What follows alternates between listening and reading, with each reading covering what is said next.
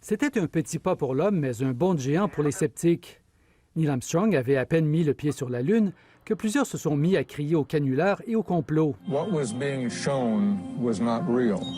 C'est le livre de Bill Kaysing, Nous ne sommes jamais allés sur la Lune, qui a mis en orbite la théorie du faux alunissage orchestré par le gouvernement américain. Les adeptes du complot en tout genre n'ont pas été longs à se manifester. Ceux qui nient qu'on est allé sur la Lune, on les trouve sur toute la Terre, on les trouve dans tous les pays.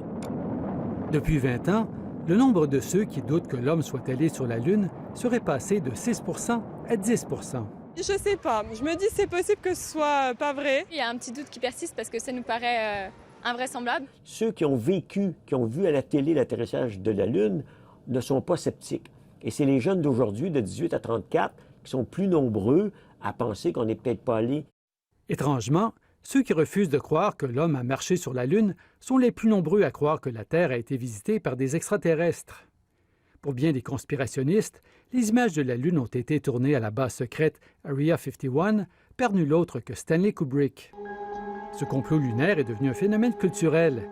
Les conspirationnistes assurent qu'aucune des 6 missions Apollo ne fut réelle et s'appuient sur une foule de détails comme les ombres, l'éclairage ou le drapeau pour s'en convaincre.